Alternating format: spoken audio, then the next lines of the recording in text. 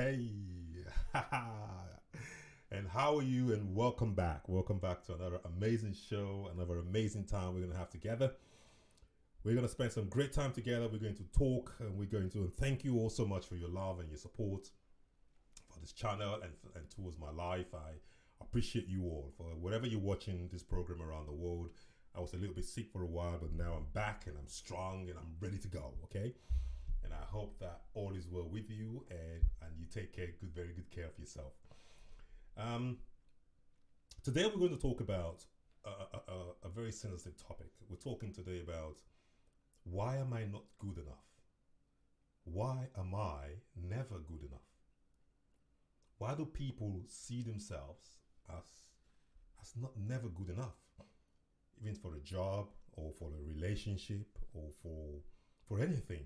To put yourself forward for something, you always kind of feel that I'm not gonna go for that, man. I don't think I'm good enough for it. I don't think I can do it. And I won't use the word I don't think I can do it. I think I'll use the word for this particular show. I'll use the word why do people just have this feeling that I'm not good enough to do this? They always have this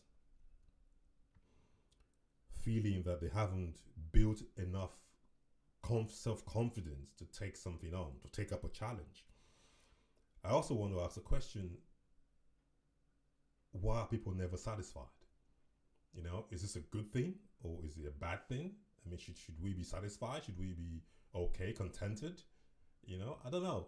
I'm a bit sitting on the fence with that one. So hopefully, as the show goes along, we'll gradually get a headway with that. There's a lot of questions we're going to talk about today. Do you connect with people of like minds? Do you prefer to stay around people who will tell you things that you love to hear? Does that give you more confidence? Does that make you more comfortable? These are all little things we're going to talk about today. And we've got a great guest list. A great guest that will talk through this with us. We have the amazing. We're going to introduce a lady today, actually, Cassia. She's very supportive of what I do and my programs, and I really want to just call her and say, well, well done, and give her a good shout out. So that's one, and then we'll talk about. Just turn this volume down. We have Dammy, Timothy. He's a fantastic gentleman, a regular guest. We'll be talking with Sabrina. We'll be talking with Cheryl. We'll be talking with Ayoshola, and I'm looking forward to the conversation. I think it's going to be exciting. I think we're just going to try and get back into that rhythm of identifying what challenges that we go through. Okay, just give me 1 second. So, yes, just going to get that volume right. Good. So we're ready to go. So before we start, I just want to give a quick story. Got 2 minutes before I call our first guest, Kasia. I want to give you a bit story about how this really plays out, because I remember when I was growing up, I used to have this feeling. I grew up. My parents were okay. My parents were comfortable. Financially, I wouldn't say I grew up in a very poor home, but I think we're kind of average. So I had nice clothes and nice shoes, and I grew up well in a nice house and stuff like that. But every time I went out, and I see my friends all dressed up, and even I knew the fact that they didn't grow up in an affluent home like I did. But even knowing that, I still felt like they were better than me. Do you understand? I still had that feeling. This was when I was in secondary school. I still had that feeling that whenever we go out and whenever we're talking, I always felt I was the person, least important, or least. I wouldn't know how to say it. It was just a funny feeling. I always looked at everybody as better and higher and in every way, and I was like, oh, the least person. I didn't kind of act that way in terms of but I had to kind of be raising myself up all the time. But I just don't know where I got that feeling from. It took me a while, for about maybe 3 or 4, 5, 6 years, to get over that. And it was amazing. I don't know when the penny clicked. I don't know when it actually clicked for me to realize, hang on, Why you keep looking yourself down and lifting everybody up and thinking that you're crap and everybody is fantastic? You know, it took a long while. I wouldn't say one particular thing solved it, but I must have gone through a particular phase. And maybe when I started working and I started becoming managers and managing people, maybe that gave me the confidence again to believe that, hang on, no, you've got something. That maybe that's what it is, because I remember when I started working and managing, because I've always worked in supervisory and managerial roles. I think maybe that must have helped when I was like quite young. But anyway, that's my story. You know, so that's the idea of this show, is that we can share stories together, we can talk, we can communicate, we can use our lessons and our stories to support one another. All right, let me give our first guest a call today. I just want to say hello to this fantastic lady, and I hope she's not too shy to pick up. I hope she can pick up today and just say hello. I told her I was going to surprise her and just call her today and see how she feels. She said, no, Ronnie, no, please, when you're doing your show, don't call me, please. This has been brilliant. Let's see how this goes. The amazing cast here, always supportive of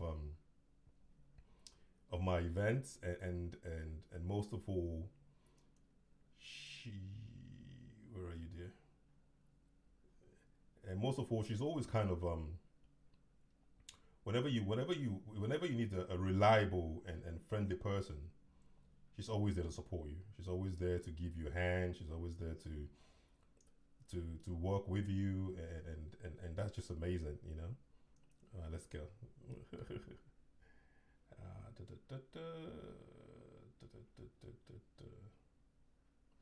It's amazing, I was just thinking that somebody sent me a message the other day. Sorry, and they said to me that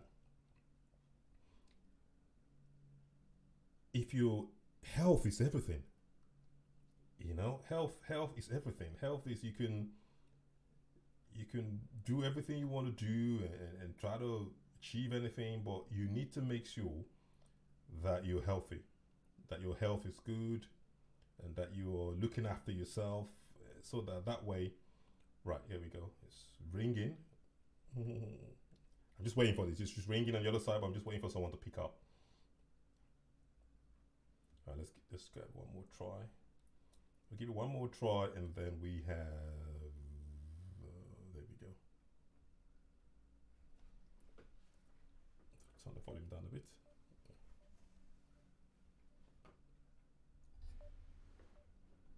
Tick, tick, tick, tick, tick, tick, tick.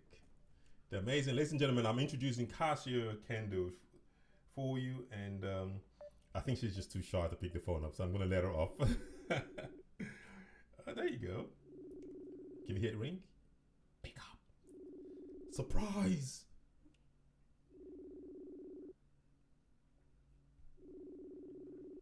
Amazing lady. That's good. Well, thank you all so much for watching and supporting. Please click the subscribe button. And today we're talking about, why am I never good enough? What is the reason why people think that they're never good enough to do something? So now we're going to get into the serious stuff. We're going to call our first caller today.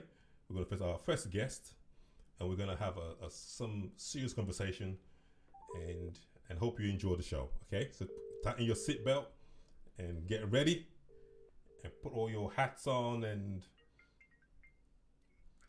hi, it's Ronnie here. You're welcome. You live on air. How are you? I'm good. Hey, buzzing. How are you doing? Can you hear me? Yeah, I can. Okay, fantastic. You're live on air today. Good evening. Good evening. How you doing? I'm very well. Please turn your. Is it my side or is it your side? Okay, I think it was Is me though. My end. It's my end. Don't worry. Can you hear me now? yeah, I can hear you. I can hear you. Oh, fantastic. See, I've been up for like 4 days now, so I have to try and get back to the routine and understand how all these things work. I know, and I'm glad that you are back, man. Yes. I'm still. I think I'm strong enough to work, so I'm just resting. I'm planning my rest. Like today, when it got to Oh, about 12, I was a bit tired. So after one, wow. I just stopped. I went to lie down for an hour and I recharged. And after this, I'm just going to do the same thing. I'm just going to go I sleep. think it's very good for you to take it easy and do it little by little. Yeah. Yes, yes, yes, yes. How are you? I'm good. I'm good. And nice to have you back, man. And I missed you all. I missed you big time. Yes, we missed you too. How's your And eye? How's your eye church going? I watched it on Facebook, and you really getting better and better. And I love the. oh, thank you very much. Well, thanks to God, thanks to you. you know, for the little tips here and there. Mm. Yeah, thank you so much. It's been you've been very helpful. I'm glad that I have someone like you around me this time. Yeah. Oh, thank you, thank you. But you're doing Yeah. well, though. I can see your improvement. I can see Uh, technologically, and because the message and what you're saying is fantastic. It's just the platform, and you're getting better, man. Well done. If you tell our viewers about you, then we can crack on. Thank you. Yeah, my name is Adidamla Timothy, popularly known as Dami Timothy. I'm a PR and communication practitioner, a project manager, international conference speaker, life coach, media personality, and please, a pastor also. Yeah, fantastic. I think you should say that first, you know. Yeah. Right, so good. Today we're talking about we're asking the questions: Why am I never good enough? Why What do a people serious have question. that mentality, or Mm, why do people think they're never good enough? Some people. mm. Well, I had your story, Mm, and it's very fascinating in the sense that when you are growing up, you pick one thing or the other, mm, here and there, and mm. you can't believe that this thing can go ahead to form your belief system. Correct. And at the end of the day, you begin to act what you saw and what you heard, Mm, and you wouldn't know that that is the basis of of your behavioral attitude.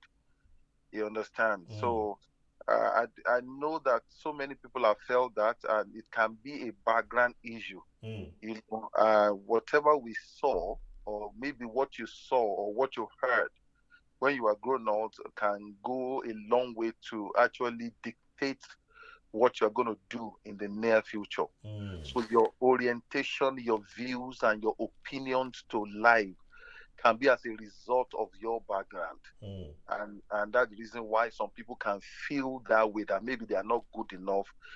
Some people can have low self-esteem. Some people can feel that, okay, some people are better than them rather. mm, So environment that you actually grow up matters so much to your growth and your belief system, like I said. mm, mm.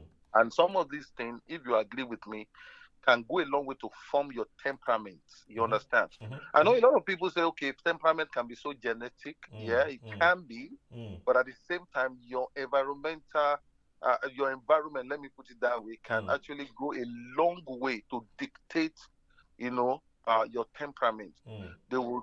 Some people are laid back today. They call them phlegmatic people. Okay. They are very laid back. Mm, You understand? Not that they are not wise, not that they are not intelligent, but they are not quick to mm. catch stuff up. They are The, not, when the, everybody is running proactive. yeah. They are just there. They are passive. Mm, You understand?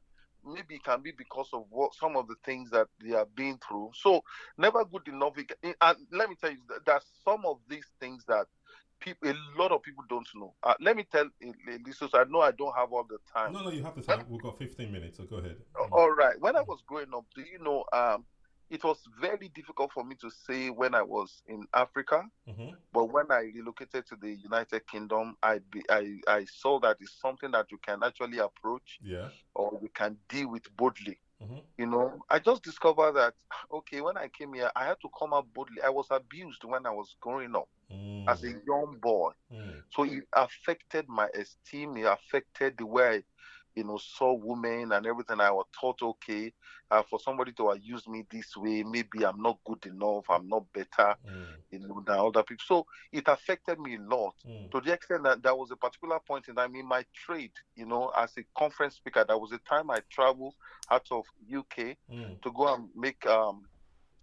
and speak in a conference in Africa. You see, it was a big conference, and when I got there, I found myself struggling. Why? Because I wanted to become another person, because I felt I wasn't good enough. You understand? So until when I finished, and I discovered that the host of the conference was reiterating what I said, as in trying to polish it, because it wasn't really what they expected me to do, because they know that, oh, this guy is okay, but because I felt other people were there, so I wanted to behave like them, until I just came to myself. I had to sack myself, and that is one of the things I want to tell people.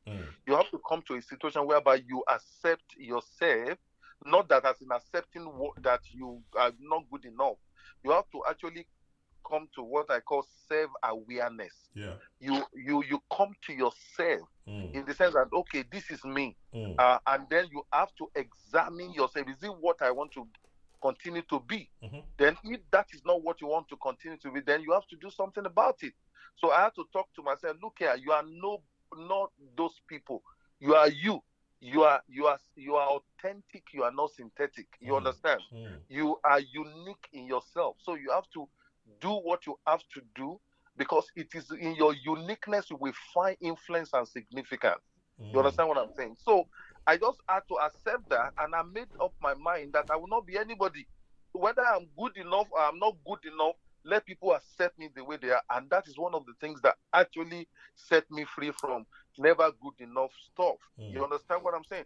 Then what we can be talking about, dysfunctional family, you understand? Yeah. Abusive family, Yeah. violent in the family, alcoholic family, or, poor background. And, all of these things, they play significant roles in, the perception of yourself to yourself and to the people. Because what you think that you have to yourself is what you think that people are thinking about you. And it might not necessarily be that.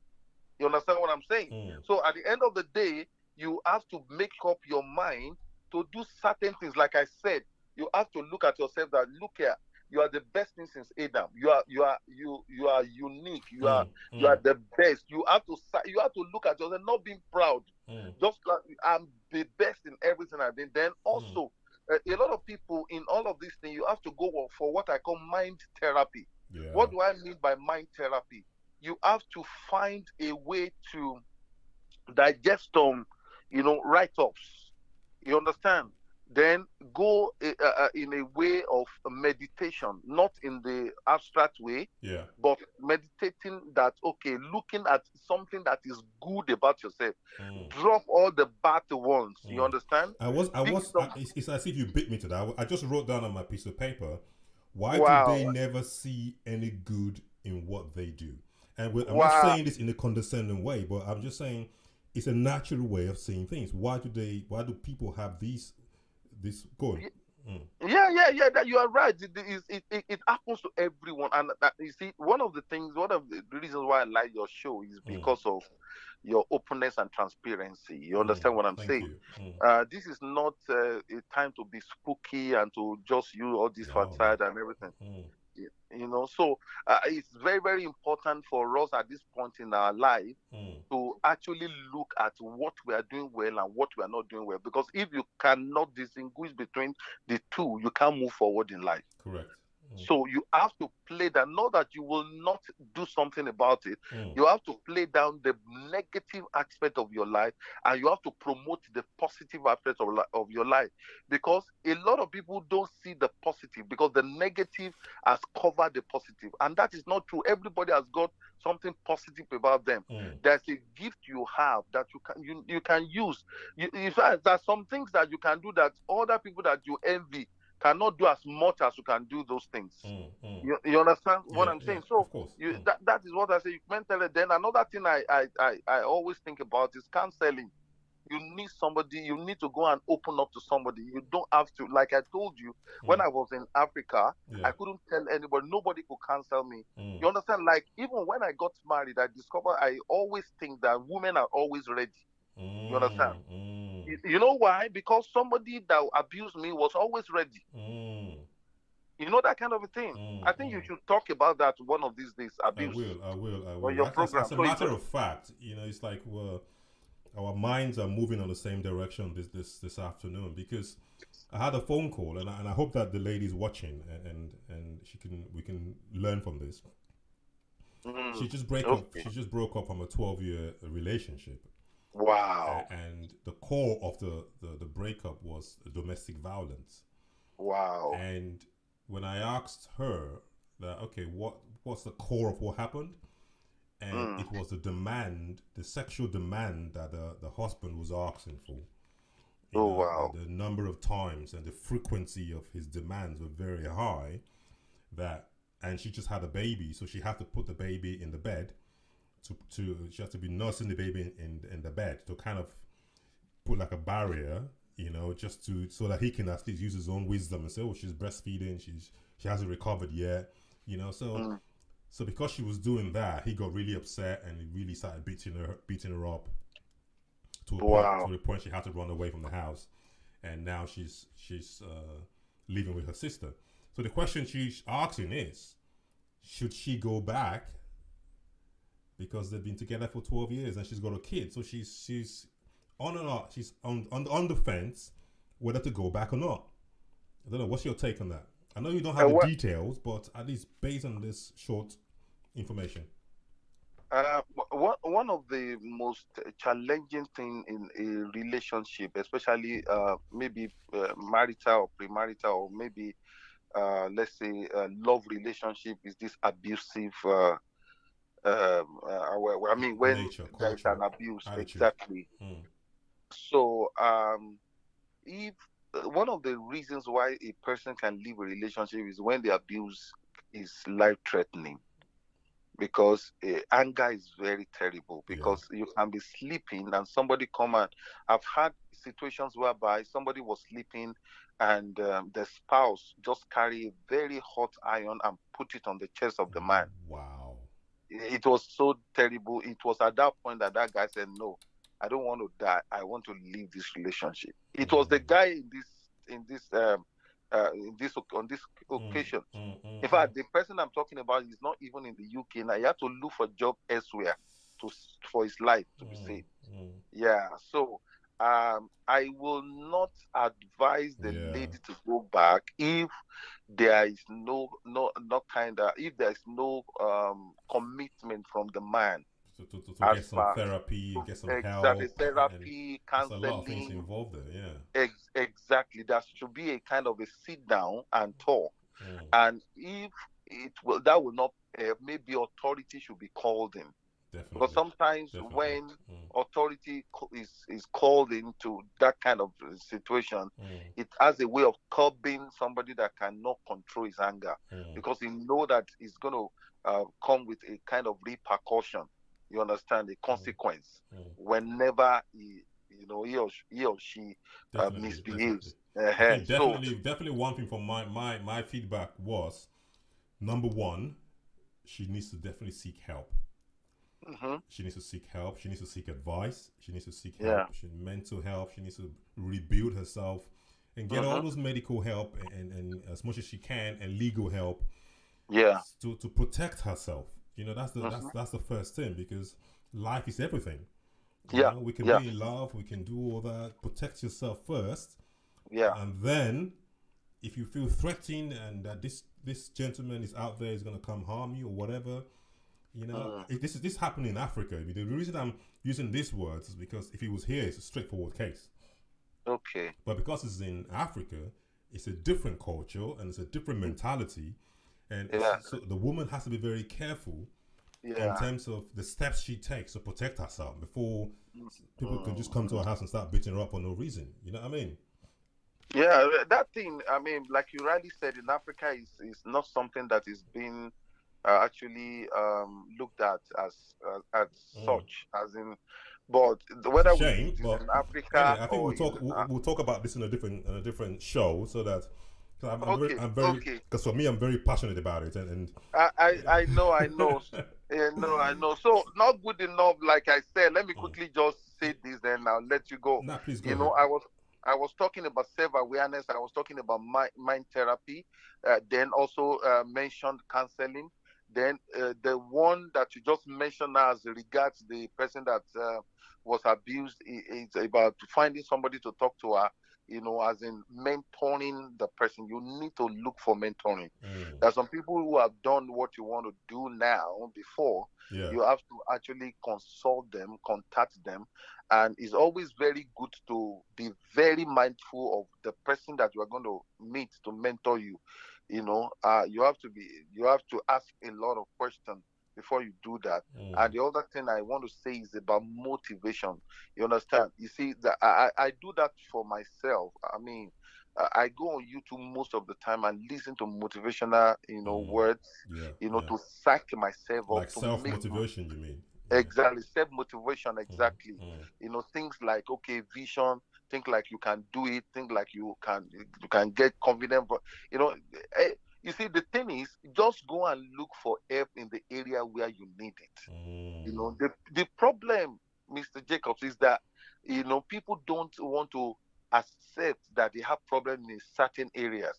They just want to feel that okay, this is who I am, and I've accepted that. No, you can't accept something that is wrong, something that is not Yeah, but making you but move saying forward. that though, you'd be surprised that some people don't even know they have that problem. Some people don't even realize that. Listen, me feeling this way is because I've got a psychological damage somewhere, or psychological impacted by my environment or conversations I've had. They might just Mi- think it's just be going through it. Think, Mr. Jacob, they know, they don't even know, they just don't know the source and they don't know the solution. mm, Everybody who has gotten that knows that he has that issue. Believe me, in their closet, when the door is closed behind them, mm, they know they suffer for it. They weep. Some people even go to the exam. You know what? I'm into counseling. I know mm, what I'm talking about. mm, People know. It's just that they are shy. They are not confident enough to face it, to confront it. mm, So that is the problem, and that is where education comes in. You have to educate people. Is one of the points I wanted to talk about. You mm, have to educate them. You have to let them know. You have to teach them. There's a part of psychology that I actually I studied in the uni mm. that deals with this aspect. But it's more than psychology. Sometimes it's spiritual. I'm sorry to use that word. Yeah, that's fine. You That's fine. understand? Yeah. Yeah. So it can be spiritual. You just look at there's a kind of connection Mm, that you have with a place, you have with an event, yeah. you have with a family, Mm-hmm, you have with a background mm, that is playing out in your life now. So mm. that is the issue. And also the last one I want to say before Yeah. I pass the baton over is the change of environment. Environment makes man. What do you mean You by know, when I What say do you mean change by of environment? yeah, when I say environment, I don't mean leave United Kingdom to America. I mean sometimes the environment can be mindsets. Okay, let me say this quickly. When Please. I first arrived to this country, some people told me that it's very difficult to get a driver's license, Mm, and and you see, these people were driving without driver license. mm-hmm, Yeah. mm-hmm. So, and I accepted the fact that it was difficult, and for God's sake, I mean, for all you care, I did not even attempt To apply. to write theory, to apply to write theory exam, talk less of going for practice, because somebody told me that it was difficult. You understand what I'm Oh saying? my That is goodness. the kind of environment I'm talking about. Mm, Until I changed my environment and I found somebody that relocated to. He came by what is this highly ski stuff, mm, mm. and he Anyway, you came found to the somebody. Yeah, go on. Mm. yeah. So he just came like that, and before I knew what was happening, he applied for driver's license. He didn't pass it at first, Mm, but the second time he passed it. And he met me in this country. I've been living in this country for almost 5 or 7 years before he came. mm. And I became so ashamed of myself. I said, look here. I said, look at me. This guy just Mm, came like that. He attempted it. And do you know what? With that shame, I went and did it. And I did it once. I made it once. I got my driver's practical, everything once.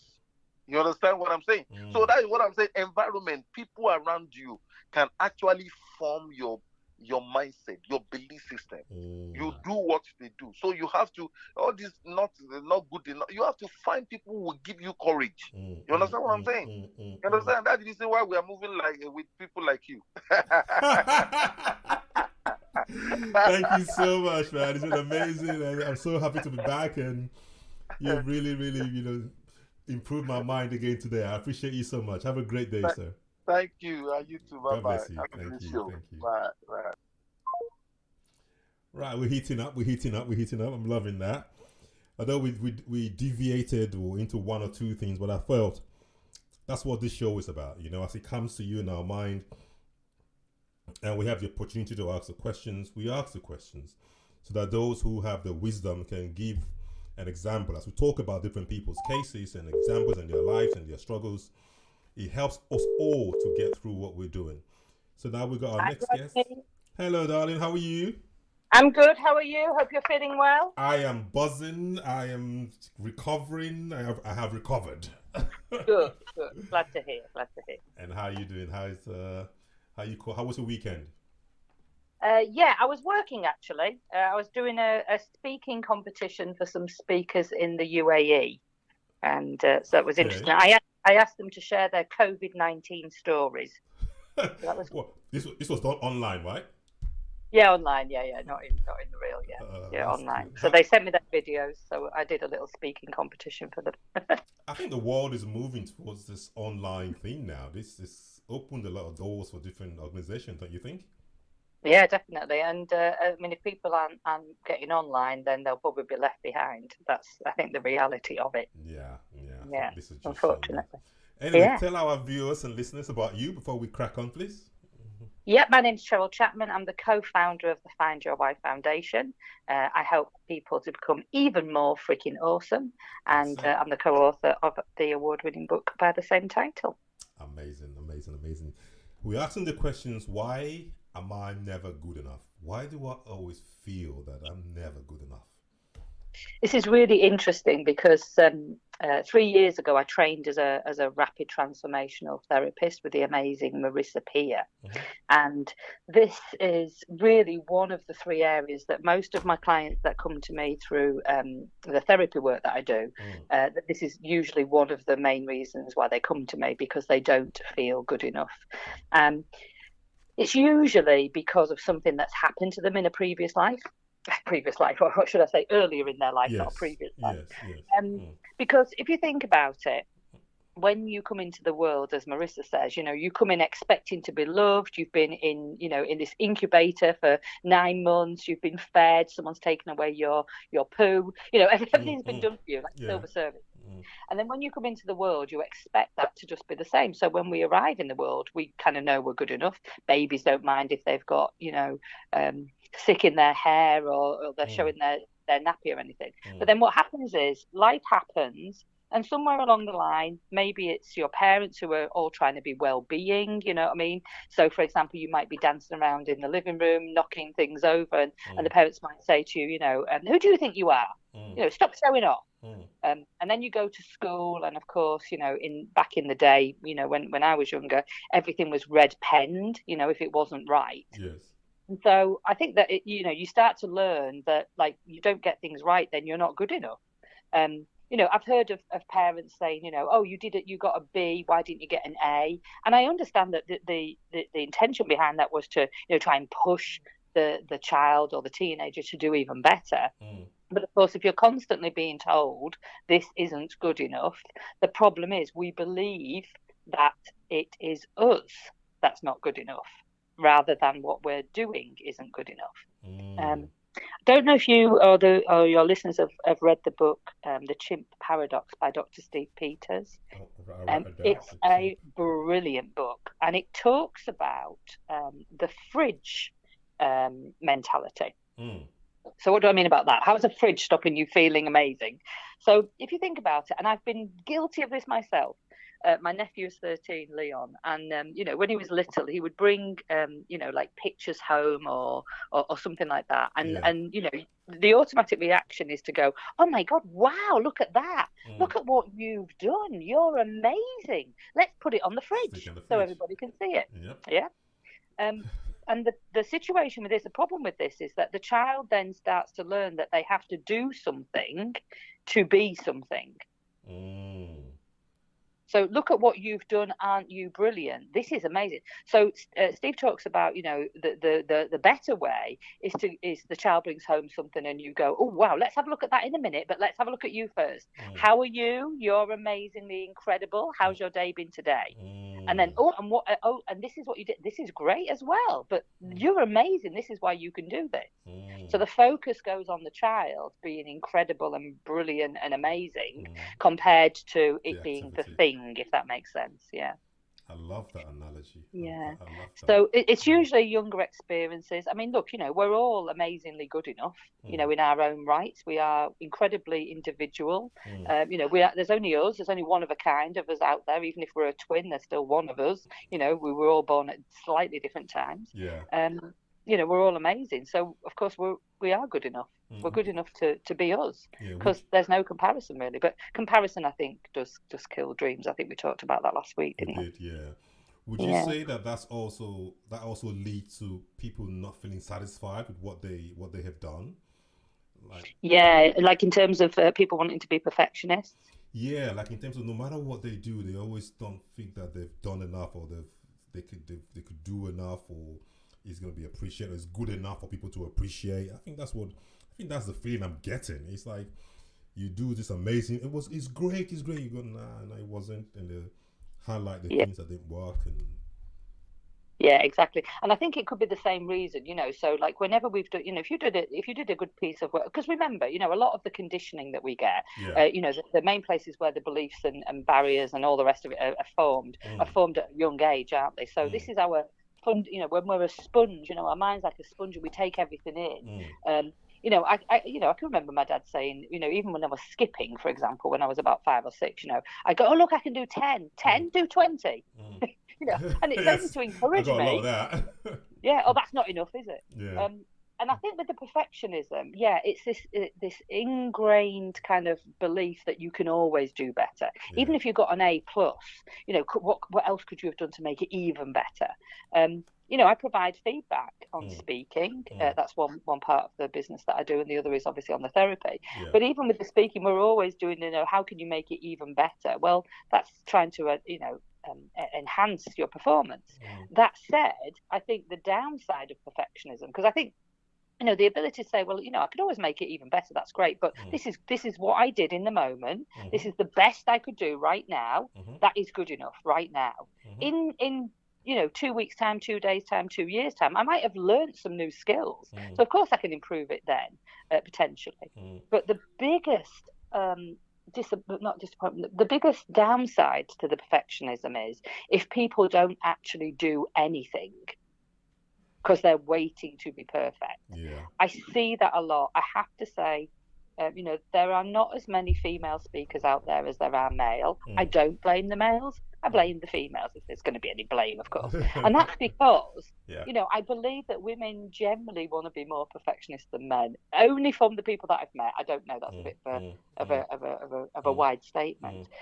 But if you're not wanting to do something because you think someone might judge you, then that's where the perfectionism comes in. I just say to my clients, look, if I'd waited to be perfect in everything that I do now, I wouldn't have helped the people that I'd helped, and that would have been a shame. 100%. Because I know I've helped some people, and likewise for the people who've helped me. I was going to ask a question. So for people who are watching, who find themselves in this situation and find themselves that, listen, I can relate to this question. What can they do to help themselves?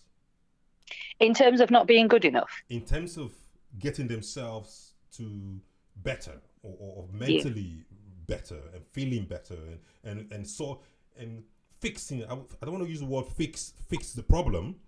Yeah. But changing that mindset. What can they do? Yeah. I've got a little analogy, which is, I don't know if boys played with these toys, but there's a Russian doll analogy that I always use. So the Russian doll, I used to think when I was a child that it was a family inside this doll. So I'd say, oh, here's the mom, here's the dad, here's the the brother and the baby sister or whatever. But actually, if you use that analogy to think about that's who you are as an individual, and each part of you. So if you imagine each year of your life, there's a little piece of you. The 1-year-old Ronnie, the 2, the 3, the 4, the 5, etc., etc. And what we do is, I think generally we say hurtful, harmful words to ourselves. Marissa says, you always say the most hurtful, harmful words to yourself. So if you imagine now, when you're doing this place where you're like, oh, that's rubbish, I could have done better. If you imagine that there's a 5 or 6-year-old Ronnie in front of you, or the viewers do the same with a version of themselves.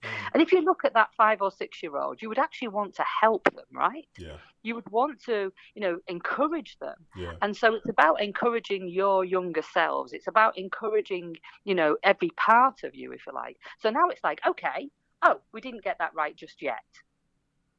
Oh, we can do a little bit better. What can we do to make this even better?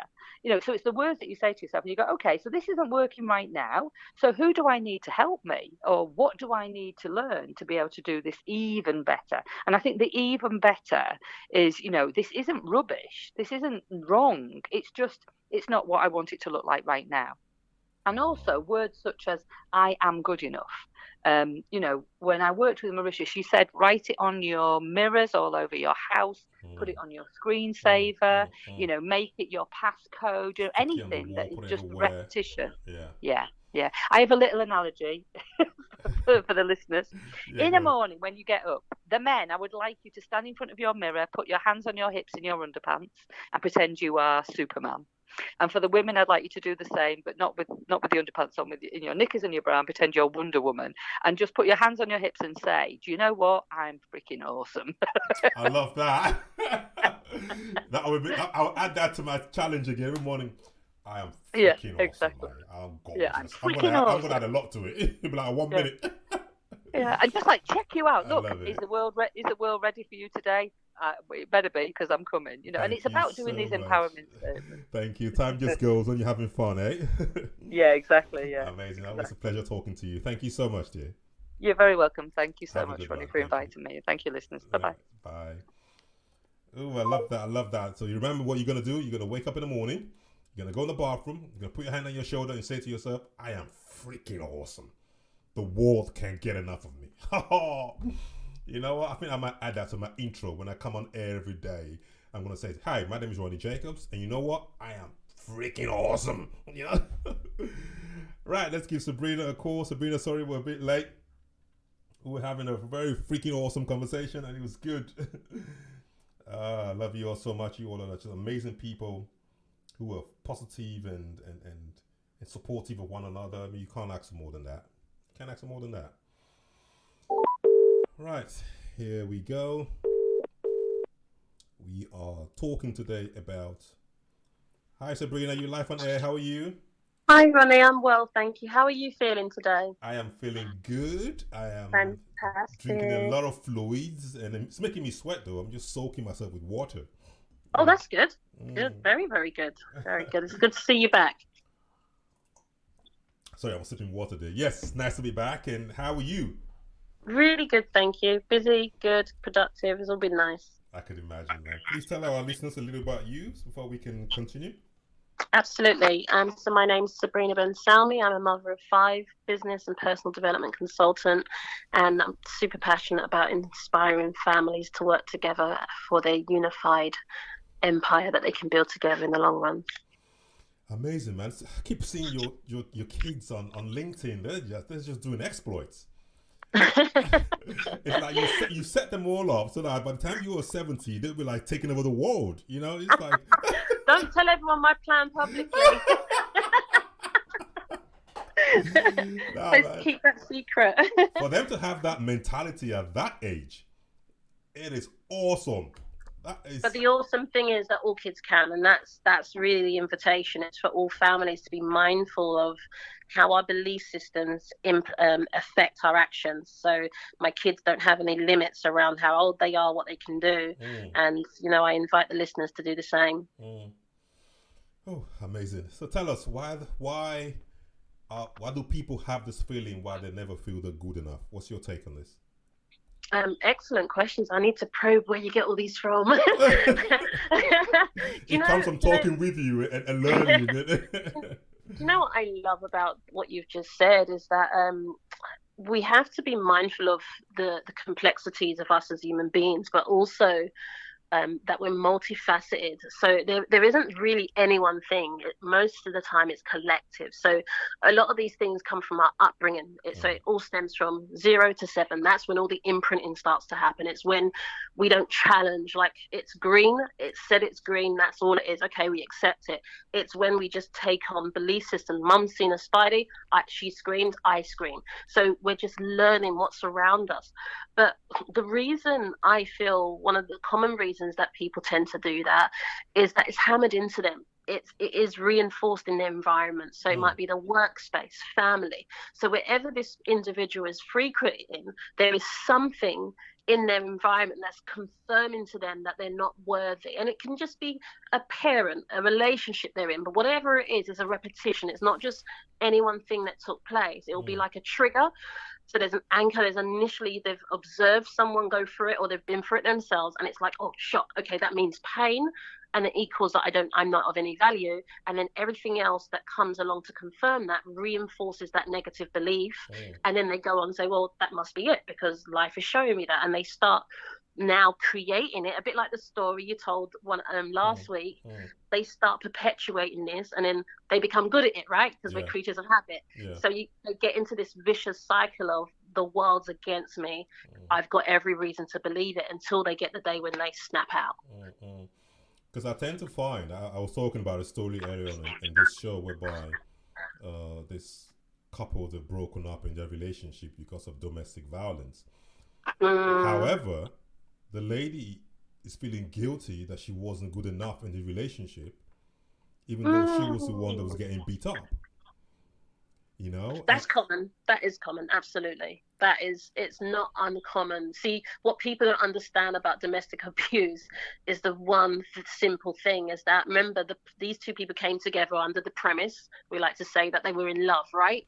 Now, one day this person who you love has chosen to turn against you, but it doesn't stop you from loving. And especially if you're someone who loves not because of something, you're actually loving. Love is a constant. Love isn't something like I'm in love today and it's not. They're two things. When we're in a relationship, we're in love with that person, but we love them, and they are separate.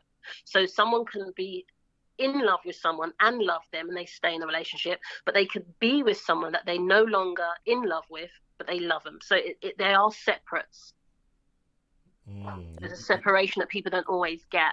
And then sometimes when people go, okay, enough's enough, I still love you, I don't want to be with you, and people go like, well, wait a minute, you said you love me, but I don't want to be with you. So like, what's that about? And that's what happens in a domestic abuse, is that she hasn't stopped loving him. That's the constant.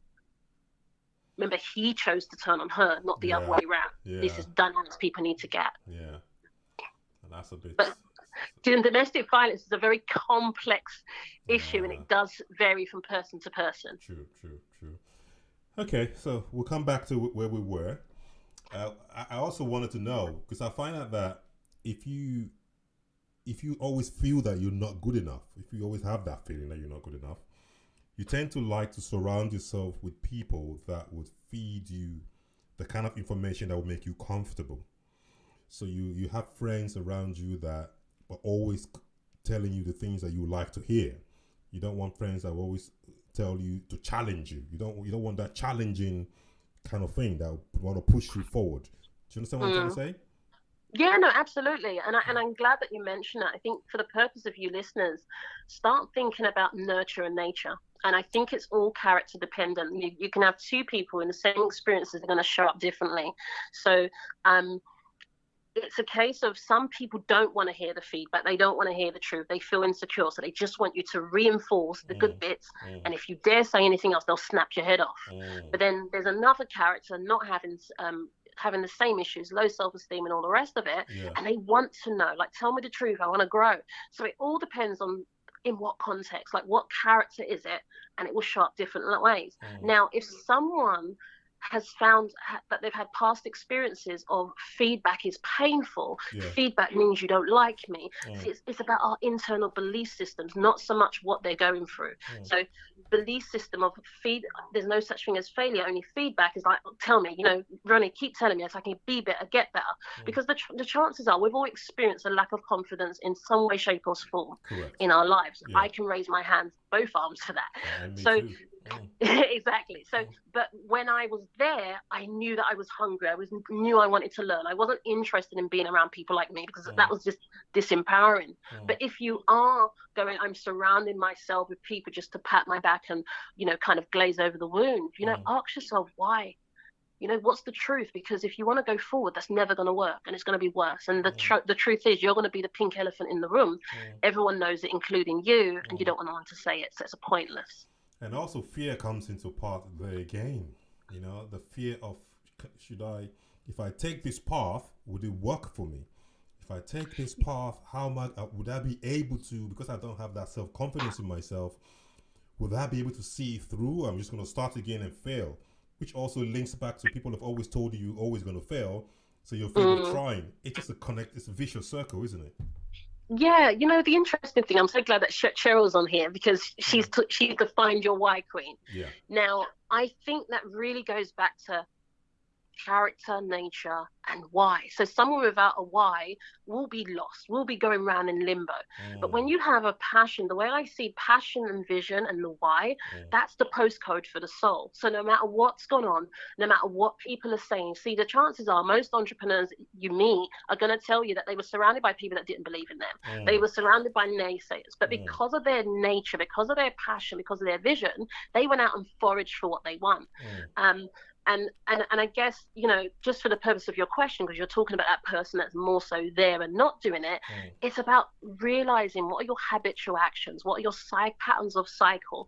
Because if we're not able to first be teachable, nothing's going to shift. We spoke about this like weeks ago, is that no matter what it is, if you are first not willing to be teachable, if you're not willing to do whatever it takes to spend a lifetime, it doesn't take a lifetime. May I say that? Yes, it might not take a lifetime, but if you don't have the willingness to say, I'm going to stand here no matter what, it will not happen for you because you don't have the burning desire to make it happen. Amazing. I miss you so much, man. Amazing. Oh, likewise. Knowledge. Always a pleasure. I'll speak to you soon, okay? Take care of yourself, Ronnie. Good luck. Bye. Bye. Wow. You guys are just so amazing and awesome. That's our word. Remember that. When you wake up in the morning, look at the mirror, male or female, stay there with your underwear, face the mirror, shut the door, and say to yourself, I look freaking awesome. Okay? Every morning. Don't be afraid. It's just you in the mirror. Say that to yourself, because mentally what you're doing, you're reaffirming in your mind and you're teaching your mind a new word, and you're teaching your mind to believe that you're gorgeous and you're awesome physically, mentally, in every way. Because the words that they've told us when we were young, as we were growing up, they've messed up our head. They've messed our head up big time. That we can't even look at people and have conversations and feel comfortable. And then you're afraid. You don't know why you're afraid. You feel inferior. You don't know why you're feeling inferior. It's all because of the words that we've had while we were growing up from our uncles, our mums, our dads, our aunties, our teachers, our friends. The whole lot all put together. Our brain is saturated with mess and we just need to clean it. And we have to do that ourselves. And take that responsibility and take that bold steps. Hello. Hi, Shola. It's Ronnie here. You're live on air. How are you? I'm very well, Ronnie. How are you? Glad to see you back. Yes, so it's so amazing to be back. And brilliant. We did miss you. We did miss you for those few days. I know. I miss you all so much. And thanks for the prayers and the support. And I really appreciate it. You're most welcome. Fantastic. Please tell our viewers a little bit about you, please. Yeah, so my name's Shola, a.k.a. Ayodele. I'm a mentor, a teacher, motivational speaker, husband, father, grandfather. Well done. Husband of one wife? Let's clarify that. Oh, most definitely. I think if it was the other way, I'll be in some serious trouble. So yes, say that resoundingly. Yes, one. There's a guest that normally comes up on Tuesday. He always says that I'm a husband of one wife, and I'm like, are you expecting to have 5? I know. I heard him. I was kind of cringy when he was saying it. I was like, wow, he's a brave man. Yeah, that's a laugh. That is amazing. Before we talk about the topic, I've had a couple of people ask me questions how they can get a mentor, or how they could find a mentor and all that. So please do leave your details at the bottom, in the comments below. I will do, definitely. So they can reach No you problem. and you can advise them. Okay. Excellent. I'll do that, definitely. Yeah. No problem. That. Okay, we're talking about why do people have this feeling that they're never good enough? We're trying to talk through that, So what's your take on this? Yeah, my take on that one. Look, you know what? I think admitting that we're deficient, that we've got a kind of negative about us, it's not easy for anybody, is it? Correct. It can sometimes feel unnatural. As I said, it's you feel like you're being put down. And I think at the end of the day, us human beings, we all need some kind of validation from somewhere, don't we? We need to have our self-esteem, our self-worth sort of built up. One of the things I've personally learned, though, Ronnie, I've learned not to kind of seek that validation from anywhere else, from other human beings, which is what I used to do, growing up. And I think that's very important, because at the end of the day, all us human beings, we're all fallible. We're not. I don't believe any one of us is perfect. And when we're looking to other people for that, I mean, you mentioned, I think you're right, you talked about perfectionists. Even a perfectionist, I'd kind of bounce that back and say, look, is a perfectionist even really perfect? Because to be a perfectionist, I would suggest humbly that there's even a kind of flaw in that. There's no, wanting to be perfect. There's never anything that is perfect. They say, oh, this is perfect. Exactly. So that is just it's progress, not perfection. Progress. But carry on anyway. That's right. That's right. So yeah. So I think for sort of being, we want that validation. I mean, I'll give you an example. I came from a good home, grew up well, good values, good morals, and so on. Just like you said, I was provided for, very well. Here in the UK and in Nigeria, but I always thought I kind of grew up, Ronnie. If I think about it, with a kind of emotional void. I don't know. I mean, those days, as guys as well, we weren't taught to tap into the emotions.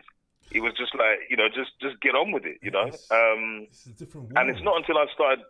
Yeah, it's not the world. Yes, I mean, it's not until I went into mentoring, I would suggest, that I started to really examine myself, because what I was trying to put out to others, I realized that, hey, hold on, I'm actually having some mirror effect. Exactly. Here, and that really started opening me up. So, I came back from Nigeria and I started to look for value in my own ways. By trying to acquire things, to maybe have what somebody else had, not in a bad way, not to sort of keep up with the Joneses, but just to keep, kind of just to validate myself, because I didn't feel like I was getting it that way emotionally anyway from my parentage. And that's not saying anything negative or bad about my parents. It's just the way it was. I'm sure you'll understand that era, Ronnie. That I understand it 100%. Yeah. So I think the thing we do. I mean, I think Cheryl mentioned a very good point there when she said that the thing that we may be doing that might not be good enough, as opposed to you as the person. Yeah. And I think she really hit the nail on the head there, because I'll give you a kind of fun example. When I was again young, growing up, and I used to love music, but I still love music. I like to sort of jig about a bit, have a little few moves here and there. But I was told, that I couldn't dance. They say, look at this, yeah, boy, you can't dance. So you got one leg. So, yeah. Well, I've got 3 legs actually, but it was then. But it was like, you can't. And then I did actually, psychologically, I kind of grew up there thinking that I couldn't dance. I think, well, if they've told me that I can't dance, what you're doing is not good, it's not great. If I go and do this out there now, I'm just going to totally embarrass myself. So you know what? Let me just not dance. You know what I mean? So, and I grew up with that. I did actually grow up with that. I mean, it sounds very basic, very simplistic, but it just shows that how, again, I think Sean said that we're sponges, especially when we're young. What we take on as youngsters, as children, we soak it up and it stays with us. So we've got to be very mindful in terms of our language, in terms of how we communicate. These aspects out to people. So for the adults that have soaked in all this poison, all this wine, I use that word, as a figure of speech. How do they now cleanse themselves and start again and refresh their mind and renew their mind? What's the way forward? Yeah, I mean, I would say one of the things I had to do, I've been through this sort of role myself, right? I had to just, maybe just a very simple way of writing things down, sort of have a list. One side, the positives about yourself, the other side, the negatives, or the things that need maybe a bit of improvement or things you could work on, and and then kind of see what outweighs the other. I'd suggest that, look, there's a little quip I've seen somewhere that, there's more that's right with us than wrong. Yeah. The fact that we're alive, the fact that we're breathing, it means, Ronnie, that we can carve out a new path for us at any given time that we choose. And I think that's so important. Mentoring is another sort of aspect, as you mentioned before, just getting a bit of help. And it doesn't have to be professional help, just maybe talking to somebody, opening up to someone, saying, look, these bits that I need a bit of work on, can you help me? I want to be open with you. I'm making myself a bit vulnerable here.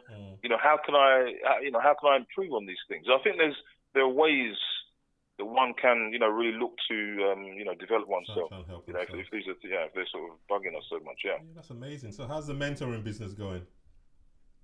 Yeah, it's going well, Ronnie. I'll tell you what, look, this whole situation that we're in now, the lockdown, inverted commas, it's actually not becoming too much of a lockdown for me personally. Look, I'm really trying to develop the online, the virtual stuff, which I would suggest that I may not have looked at this particular time if we were still out there doing face-to-face. But it's going well. We had an online mentoring session this morning, actually, with guys, getting to know ourselves, what affects us as men. Okay. Pretty good, good turnout, good quality, good topics, and enjoying it. Amazing. Well, thank you so much. I'll have to invite you on one of these days. Return the favor. Good to go. Just give me enough notice. I can schedule it in, but I'll be good. I would definitely. I appreciate that, man. Thank you so much for coming. Okay. Thank you very much, Ronnie. Thanks for having me. You take care. Thank you. You too. Take care. Bye. Bye. Wow, what a great show. Amazing people saying amazing things. I want to say a big thank you to you all, because you all just made the show great today, and so proud. We talked about a lot of topics. We talked about why do people feel that they are never good enough? Why do they have that feeling? Why do they have that thought in their mind that, I wasn't good enough today? And from what the speakers talked about, I think the long and short of the whole matter is that there is a lot of words that we've said to ourselves while we were growing up, things that we've said to ourselves while we were growing up, and these things have now come to affect us. They've now come to affect our mindset, how we think, and what we say and how we do things. But at the end of the day, you're not alone in this challenge or this mind challenge you're going through. The way you feel insecure, or your anxiety, or no self-confidence, or you worry too much about what people say, and all these things affect your mind, because you're conscious of when you go out there. You're conscious of how you walk, of how you talk, and how you speak, and what you say and what people say. You go out in a congregation, you have a conversation, you have a meal, you have a great time. But when you get home, you start meditating on one or two words that people say, or that you said, that you thought, maybe I should have said this, I shouldn't have said this, I should have said this differently. And that overshadows your whole mindset of how your day has gone. You concentrate all your energy towards the one negative thing that you have done. But you're not alone. The essence of our event, of our shows, of talking to you today, as a show, for this program, is to educate you, motivate you. Because listen, if you are going through all these challenges, there are so many people there that can help you. There are so many professionals that can help you overcome this, so you can enjoy your life. Your health is everything that you have. Health is wealth and everything. So please don't take your health for granted. Mentally, physically, you need to be well. If you've got less self-confidence and it's bothering you every single day, get it sorted. Be brave. Don't be afraid. Go out there. Look for help. If you can't find any help, contact me. I've got access to all these fantastic professionals that can be of help to you. Psychologically, mentally, physically, whichever way. Let's help each other, support each other, pull each other along. Never let anyone tell you you're never good enough, because you can be the best that you can be. Who gives them the right? Who gives anybody the right to tell me what I can or can't achieve? Nobody gives them that right. So I love you all so much, and I hope that you stay strong and you do well and you continue to break boundaries. I'm looking forward to tomorrow. Tomorrow we're talking about another amazing show. Our next show, we're having a great life coaches. We're going to just have fun. Okay, so please have fun in life and enjoy yourself. Your health is your wealth. Nobody can stop you from achieving your dreams. As long as you're doing legal activities and you're helping people and you're saving lives and you're creating wealth for yourself, man, people that hate people that want to succeed will always hate you. So don't break your back to try to be nice to people who just love you progressing. The player haters, those ones that hate you growing, will always hate you and hate you and hate you. So you're trying to please them, you're just breaking your energy and using your energy in the wrong channels. Focus on your dream. Focus on your journey. As you go on your journey, people of like minds, you will attract them. People that don't think the way you think, they will repel and they will leave you alone to continue your journey. I wish you all the best and God bless you. Have a good one. Bye.